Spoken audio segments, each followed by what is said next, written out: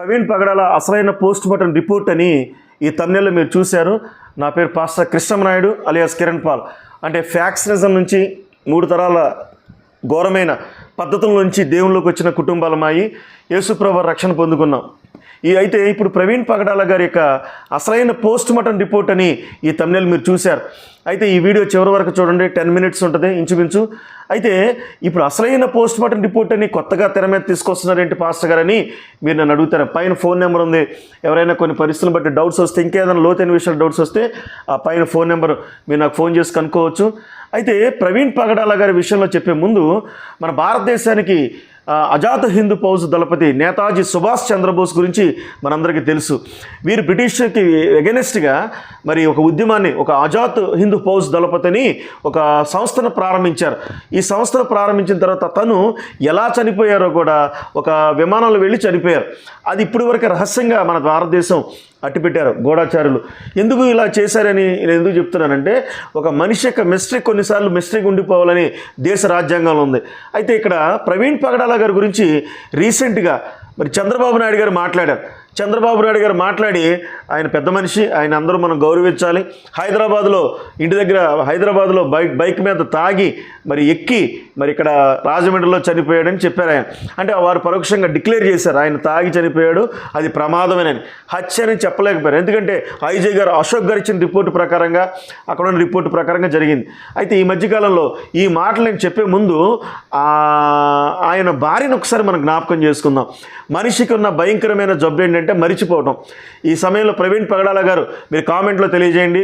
నేను చెప్తున్నాను, ప్రవీణ్ పగడాల గారు నీతిమంతుడు, ఆయన సంఘ సంస్కర్త, ఆయన భారతదేశానికి ఒక ఉద్యమాన్ని తీసుకొచ్చిన ఒక అద్భుతమైన ఒక నక్షత్రం అని చెప్పొచ్చు, లేకపోతే ఒక సూర్యుడు అని చెప్పొచ్చు, దేవుడు పంపించిన సూర్యుడు అని చెప్పొచ్చు. హతసాక్షి అయిపోయాడని నేను నమ్ముతున్నాను.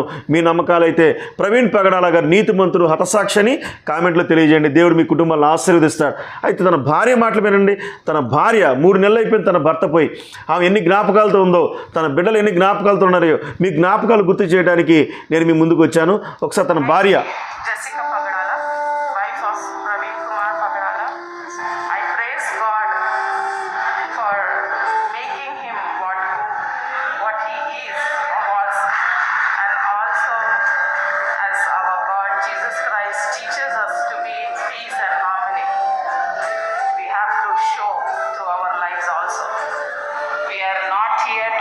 ఈమె ప్రవీణ్ పగడాల గారి భార్య. నేను జెసికా పగడాలని పరిచయం చేసుకుంది. మీ అందరూ కూడా గుర్తు చేసుకున్నారు. వీలైతే తన భార్య కోసం మీరు ప్రార్థన చేయండి. మిగిలిన జనాంగం అంతా తన భార్య కోసం, పిల్లల కోసం ప్రార్థన చేయండి. ప్రవీణ్ పగడాల గారి భార్య, పిల్లలు ఏమైపోయారని మనం ప్రశ్నించుకున్నాం. తన పిల్లలు ఎక్కడో అమెరికాలో ఉంటున్నారని కొంతమంది సమాచారం, కొంతమంది తన సంరక్షకుల దగ్గర ఉంటున్నారని, ఆయన సాఫ్ట్వేర్ కంపెనీలు ఏమైపోయినాయి అని చాలామంది ప్రశ్నలు వేస్తున్నారు. నేనేం నమ్ముతున్నానంటే, ప్రవీణ్ పగడాల గారి సాక్ష్యం మీరు చూస్తే నార్త్ ఇండియాలో ఆయన వెళ్ళినప్పుడు విశ్వాసంతో మిషనరీకి వెళ్ళాడు, ఎంతోమందిని కలిశాడు. అయితే మన భారతదేశంలో అంతకుముందు మరలా నేను క్రోడీకరించి మాట్లాడుతున్నాను, దళితులు అంటే మరి కింద స్థాయి, మరి దిగువ స్థాయి ప్రజలు అంటే మాలా మాదిగలని మనం మాట్లాడతాం. ఆ కులాల వాళ్ళకి ఆనాటి కాలంలో జరిగిన ఒక అస్పృశ్యత అంటే అంటరానితనం, ఇలాంటి విషయాలన్నింటిలో పోరాడిన మహావీరుడు అంబేద్కర్ గారు. అంబేద్కర్ గారి క్రమంలో వరుసగా ఎంతోమంది మహావీరులు పోరాడి మరి ఈ భూమి మీద చనిపోయారు. అయితే ఈ నిస్వార్థమైన ఈ వ్యక్తి ప్రవీణ్ పగడాల మరి క్రిస్టియానిటీని బలపరుస్తూ సమాంతరవాదాన్ని, లేకపోతే మనుషులందరూ సమానమని బోధించడానికి మరి ఎంతోమందిని ఢీకొట్టిన వ్యక్తి. అందుకే ప్రవీణ్ పగడాల ఒక ధైర్యశాలి, ఒక నీతిమంతుడు. ఆయన త్రాగలేదని మరలా మేము నమ్ముతున్నాం. మా విశ్వాసం. కొన్ని విషయాలు మీకు చెప్పడానికి ఇష్టపడుతున్నాం. ఇంతకు తన కూతురు మాట్లాడిన విషయం కూడా ఒకసారి చూసిన తర్వాత మనం ముందుకెళ్దాం.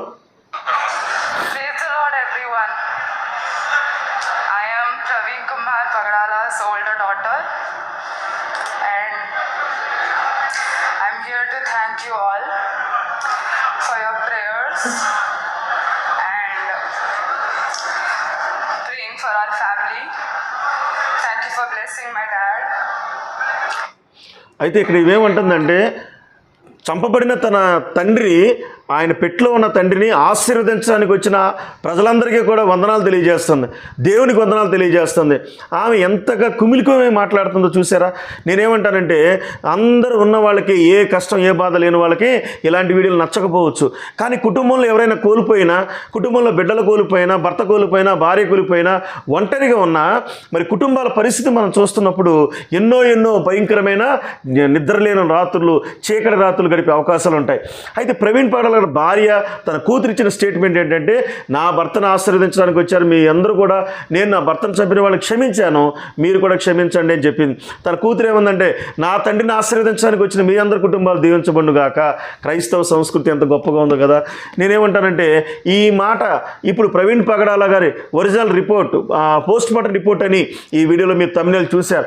ఎందుకు చెప్తున్నానంటే ఎక్సైఎస్ ఆఫీసర్ విజయ్ కుమార్ గారు గత రెండు రోజుల క్రితం లేకపోతే నిన్నటి దినాన ఒక వీడియో చేశారు.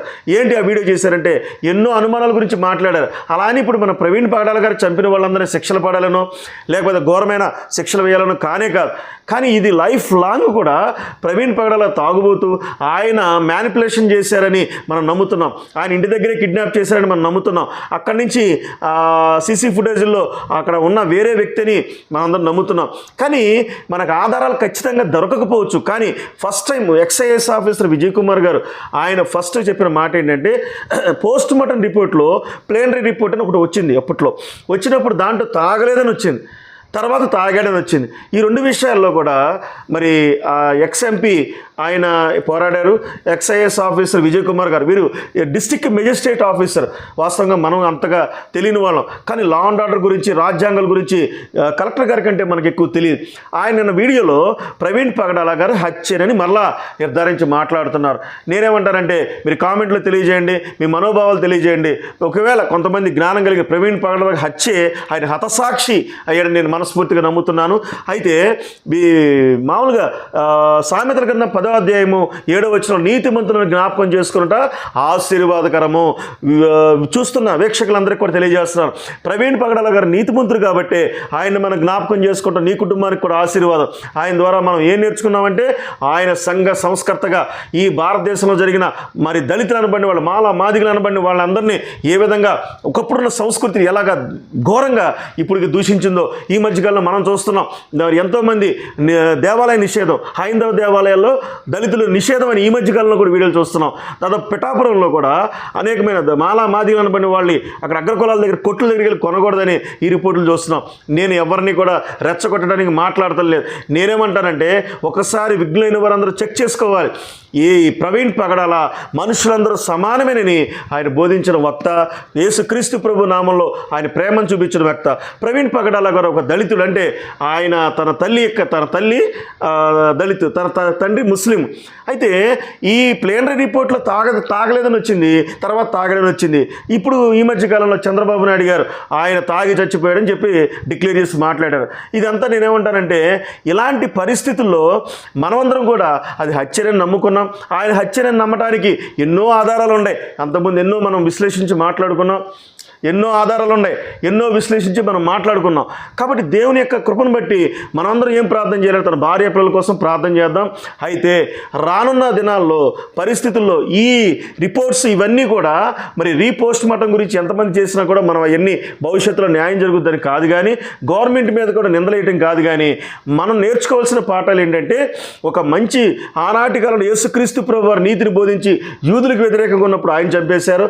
ఆయన అపోస్తులు ఆ సిద్ధాంతం ప్రబోధించి వాళ్ళందరినీ చంపేశారు. ఇప్పుడు ప్రవీణ్ పగడాల గురించి అది హత్యనని బలంగా ఎందుకు చెప్తున్నామంటే, అనేక మంది ఆయన చంపేస్తానని బెదిరించారు కాబట్టి, అనేక మంది ఆయన మర్డర్ చేస్తానని బెదిరించారు.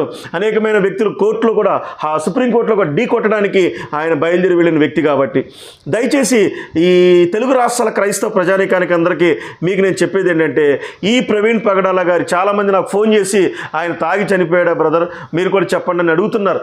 నేను అందుకే వాళ్ళందరూ ఎంతోమంది ఫోన్ చేస్తున్నారు కాబట్టి మరలా నేను ఇంకో వీడియో చేయడానికి ఇష్టపడ్డాను. ప్రవీణ్ పగడాల తాగుబోతు కాదు, ఆయన మారు మనసు పొందిన గొప్ప అద్భుతమైన సంఘ సంస్కర్త, గొప్ప దైవ సేవకుడు. తన భార్య నిర్ధారించింది, బిడ్డలు నిర్ధారించారు, వాళ్ళందరూ భయపడిపోయారు. ఈ భయంకరమైన, నేను ఎవరి మీద తోయట్లేదు కానీ ఆయనని ఆ కుటుంబం మీద ఒక భయంకరమైన మాఫియా పనిచేసినట్లుగా ఎంతోమంది నాకు ఫోన్ చేసి పెద్దలు చెప్పారు. వాళ్ళ పేర్లు మనం చెప్పడం, ఆధారం లేకుండా చెప్పడం కరెక్ట్ కాదు కాబట్టి మన పోలీస్ డిపార్ట్మెంట్ గౌరవిద్దాం, మరి కూటమి ప్రభుత్వాన్ని కూడా గౌరవిద్దాం. ఇప్పటి వరకే పవన్ కళ్యాణ్ గారు ఇప్పటి వరకే మాట్లాడలేదు, అది కూడా నాకు బాధగానే ఉంది. కాబట్టి ప్రవీణ్ పగడాల గారి యొక్క ఆయన విషయంలో మీరందరికీ నేను తెలియజేసేది ఏంటంటే, ఆయన ప్లేనరీ రిపోర్ట్ ప్రకారంగా తాగలేదు, అదే నేను నమ్ముతున్నాను. మీరు నమ్ముతున్నారని నేను భావిస్తున్నాను. ప్రతి వాళ్ళు చాలామంది ఫోన్ చేసి ప్రవీణ్ పగడాల గారి కేసు ఏమైందో మరి అందరూ నాకు చెప్పండి అని ఎంతోమంది ఫోన్ చేస్తున్నారు, అన్ని దేశాల నుంచి కూడా ఫోన్ చేస్తున్నారు. నేనేం మళ్ళీ చెప్తున్నా, ప్రవీణ్ పగడాల కేసు అది క్లోజ్ అయిపోయింది, క్లోజ్ చేశారా ఈ కూటమి ప్రభుత్వం. అయినప్పటికీ కూడా ఆయన తాగుబోతు కాదని చెప్పడానికి ఈ వీడియో మరలా నేను చేయడానికి ఇష్టపడుతున్నాను. దయచేసి మీరు అనేదా భావించొద్దు. ఆయన చంపేసినా ఏం జరిగినా కూడా ఇప్పుడు ఎందుకు ఆ వీడియోలు అనుకుంటున్నారేమో. బైబిల్ సామెతలు 10:7 ప్రకారంగా మాట్లాడుతున్నాను. నీతిమంతులను జ్ఞాపకం చేసుకుంటాం, ఆశీర్వాదం. లోకాసువార్త 24వ అధ్యాయం 13-14 వచనాల్లో ఎంఐ గ్రామమున ఒక ఇద్దరు శిష్యులు నడుచుకుంటూ వెళ్తున్నప్పుడు యేసుప్రభు వారు సిలువ వేసి ఘోరంగా చంపేసిన తర్వాత శిష్యులు నడుచుకుంటూ వెళ్తున్నారు. అప్పుడు యేసుక్రీస్తు ప్రభు వారు వారితో కూడా మరి వెళ్ళక ముందు ఒకరితో ఒకరు సంభాషించుకునిరి. కాబట్టి మనం సంభాషించుకుంటాం, మనం ప్రవీణ్ పగడాల గురించి మాట్లాడుకుంటాం, తన భార్య పిల్లల గురించి మాట్లాడతాం, మనం బ్రతుకున్నంత వరకే వారి కుటుంబం కోసం మనం ప్రార్థన చేస్తాం. కాబట్టి ఈ టైంలో నేను చెప్పేది ఏంటంటే, మన భారతదేశంలో జరిగిన మనువాదులు అంటే మరి అందరికీ తెలుసు, వాటిని ఢీకొట్టిన మహానుభావుడు ప్రవీణ్ పగడాల. నేను నమ్ముతున్నాను, ఆయన ప్లేనరీ రిపోర్ట్ని నేను నమ్ముతున్నాను. ఆయన తాగలేదని ప్లేనరీ రిపోర్ట్లో డిక్లేర్ చేశారు. ఈ వీడియో చేయడానికి కారణం కూడా ఎక్సైఎస్ ఆఫీసర్ విజయ్ కుమార్ గారు నిన్న వీడియో చేసిన దానికి నేను ఒక వరద సహాయంగా, లేకపోతే సమాజానికి తెలియజేసే బాధ్యత కలిగిన ఒక పాస్టర్గా నేను మీ అందరికీ తెలియజేస్తున్నాను. తన భార్య పిల్లలు వాళ్ళు ఎప్పటికీ మర్చిపోలేరు తన భర్తని.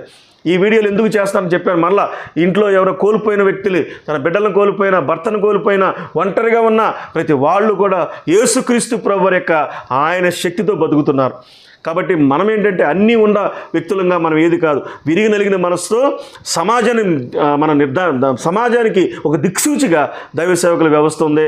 కాబట్టి ప్రవీణ్ పగడాల అనే వ్యక్తి ప్లేనరీ రిపోర్టే నేను నమ్ముతున్నాను. ఆ తర్వాత వచ్చిన రిపోర్ట్ అంతా అది మ్యానిపులేషన్ అని కూడా నేను నమ్ముతున్నాను. నాకు వాక్ స్వాతంత్ర హక్కు నాకు ఉంది. దయచేసి నేను ఈ వీడియో చేయడానికి కారణం ఏంటంటే, ఎంతోమందికి అనుమానాలకు మరలా చెప్తున్నారు కాబట్టి నేను ఆ నివృత్తి చేయడానికి మరలా ఈ వీడియో చేయడానికి నేను మీ ముందుకు వచ్చాను. దయచేసి మీరందరూ కూడా జ్ఞాపకం చేసుకోండి. మరిచిపోవటం మనిషికున్న భయంకరమైన జబ్బు. అది కొన్ని విషయాలు మర్చిపోవాలి, కొన్ని విషయాలు మర్చిపోవటానికి లేదు. కానీ బైబిల్ గ్రంథం ఏం చెప్తుంది? పదే నీతిమంతులను జ్ఞాపకం చేసుకుంటే మనం ఆశీర్వదించబడతాం. నేను ప్రవీణ్ పగడాల గారి యొక్క ధైర్య సాహసాలు, ఈ చివరి దినాల్లో ప్రవీణ్ పగడాల గారి ధైర్య సాహసాలు మన భారతదేశంలో ఉన్న ప్రతి క్రైస్తవుల మీదకి మరి ఎలీషా ఆత్మ ఎలియా మీదకి వచ్చినట్లుగా ప్రవీణ్ పగడాల గారి యొక్క ధైర్యము మన భారతదేశంలో అందరి పాస్టర్స్ మీదకి వచ్చును గాక అని ఆశీర్వాదం వచ్చి ప్రకటిస్తున్నాను. 7 అంతల అభిషేకంతో మన దైవ సేవకులు ముందుకు వెళ్ళాలి. ఒక దైవ సేవకుల వ్యవస్థ ఎంత గొప్పదో మనం నిరూపించాలి. కాబట్టి రాజనీతిగా మనం బతకాలి. ఎలా పడితే అలా ఉండకూడదు. చెడ్డ పాస్టర్లు కూడా ఎక్కువైపోతున్నారు.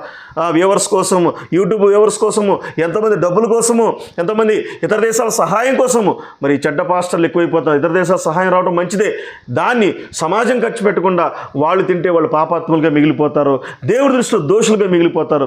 ఈ వీడియో నేను ముగిస్తున్నాను. దయచేసి ప్రవీణ్ పగడాల గారు ప్లేనరీ రిపోర్టే నేను నమ్ముతున్నాను, ఆ తర్వాత వచ్చిన రిపోర్ట్ నేను నమ్మట్లేదు. మీ కామెంట్లో మీరు తెలియజేయండి. ప్రవీణ్ పగడాల గారు నీతిమంతుడు, తన భార్య తన బిడ్డలను మరి ప్రార్థన చేద్దాం. వారు ఎంత మంచిగా బతకాలని, వారు జ్ఞాపకాలతో ఉంటున్నారు, మంచి జ్ఞాపకాలతో ఉంటారు. కాబట్టి దేవుడి కృపను బట్టి వారి జీవితాలు ఆశీర్వదించబడాలని మనము ప్రార్థన చేద్దాం. దేవుని మహాశక్తి మరి వారితో పాటు మనందరి మీద కూడా ఉండాలని నేను కోరుకుంటాను. కాబట్టి నేను మర్చిపోలేకపోతున్నాను ఈ విషయాలు.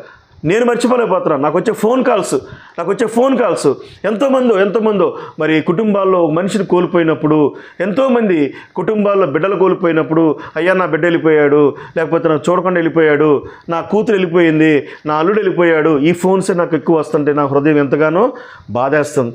కాబట్టి మీ కుటుంబాల్లో అందరూ ఉంటే మీకు ఈ వీడియో నచ్చకపోవచ్చు, కానీ మీ కుటుంబాల్లో ఒక మనిషి మిస్ అయితే ఖచ్చితంగా ఈ వీడియో మీకు నచ్చుద్ది. మీకు నచ్చి కన్నీటితో ప్రార్థన చేస్తారు. నేను ప్రార్థన చేస్తారని ఈ వీడియో చేస్తున్నాను కదా. కాబట్టి ఎలాంటి పరిస్థితుల్లో ప్రపంచం ఉందో మీరు అందరూ కూడా మీరు గమనించుకోండి. ఈ ప్రపంచం కోసం ప్రార్థన చేసేవాడే క్రైస్తవుడు. హైందవులు కూడా ప్రతిదానికి మతోన్మాదులు అని ఎవరు అనొద్దండి దయచేసి. ఎందుకంటే వారు అందరూ కూడా మన దేవుడి సృష్టి కదా, వారందరిని కూడా ప్రేమిద్దాం, వారిని గౌరవించి ప్రజలందరినీ కాపాడదాం, క్రీస్తు ప్రేమను మనం చాటి చెప్దాం. కాబట్టి ఈ చివరి దినాల్లో మనందరం కూడా నీతిమంతులు ఎక్కువ జ్ఞాపకం చేసుకుంటే మనందరి కుటుంబాలు ఆశీర్వదించబడతాయి. మీరు ఒంటరిగా ఉన్న వాళ్ళు ఎవరైనా, కుటుంబాల్లో ఎవరైనా ఒక అకాలంగా మనిషి చనిపోయినా, అకాలంగా బిడ్డలు చనిపోయినా మీరెవరూ బాధపడటానికి వీల్లేదు. మీరు నిరీక్షణ లేని ప్రజల్లాగా మనం బాధపడకూడదు. ప్రతిరోజు ప్రార్థన చేయండి. దేవుడు మనందరి కుటుంబాలని, అనేక కుటుంబాలు బాధల్లో కష్టాలు ఉన్న కుటుంబాలని మరి దేవుడు ఆశీర్వదిస్తాడు. మరి యేసుక్రీస్తు ప్రభువారి కుటుంబంలో మనం చూస్తున్నప్పుడు తన తల్లి, తండ్రి, తన యొక్క సహోదరులు యేసు ప్రభువారు చనిపోయిన తర్వాత వాళ్ళు ఎంత కుమిలిపోయారు. తర్వాత క్రమంలో ఎంతోమంది చంపబడ్డారు, వాళ్ళు కుమిలిపోయారు. కాబట్టి ఈ కుమిలిపోవటం అనేది మామూలు విషయమే. కాబట్టి మీరు కుమిలిపోయే వాళ్ళందరి కోసం మనం ప్రార్థన చేద్దాం.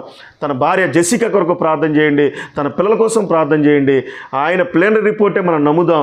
ఆయన మాత్రం హత్య చేయబడ్డాడని నేను మనస్ఫూర్తిగా నమ్ముతున్నాను. దేవుని యొక్క కృపచేత మరి ఆయన చంపిన వాళ్ళందరూ కూడా క్షమించబడాలి, వాళ్ళు కూడా మారు మనసు పొందాలి. మన భారతదేశం ఒక అద్భుతమైన మరి చక్కటి ప్రేమ ఉద్యమంగా మనందరం ముందుకు వెళ్ళాలని తెలియజేసుకుంటూ ఈ మాటలను ముగిస్తున్నాను. దేవుడు మనందరి కుటుంబాలు ఆశీర్వదించును గాక. ఆమేన్.